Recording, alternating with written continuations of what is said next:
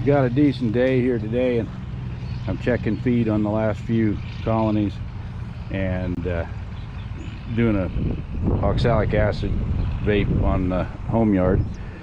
So I just wanted to point out some of these colonies are real small. They don't have a lot of bees in them. Some of them have a lot more bees. So the advantage to a colony with more bees is they keep the cluster, the box warmer. If the box is warmer, they can move more.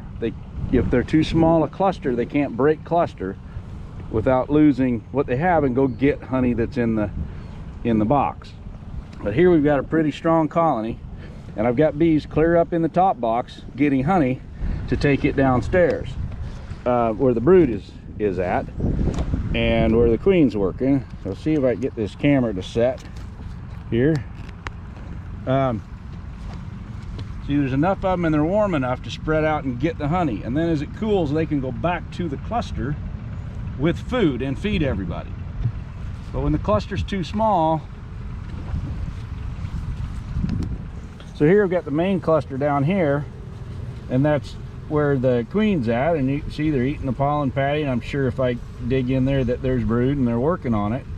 But it's a big enough cluster to spread out, and that's why you'll find a smaller colony that doesn't make it but had honey on the hive. It's like, well, they had honey in there, how come they didn't eat it?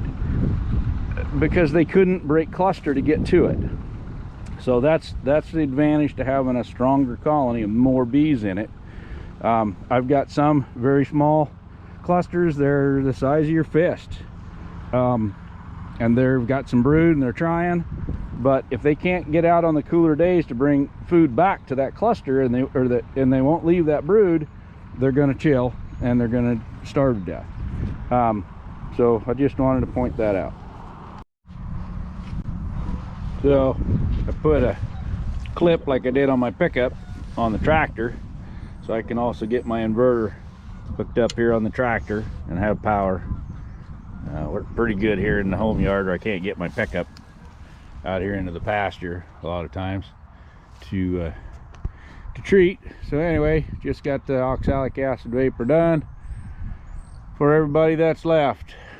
Some of them doing really good and brooding up well, some just trying to hold their own. So anyhow, hopefully they'll go to California here pretty quick and do better. But some of them probably still going to lose a few before it's over. Such is beekeeping.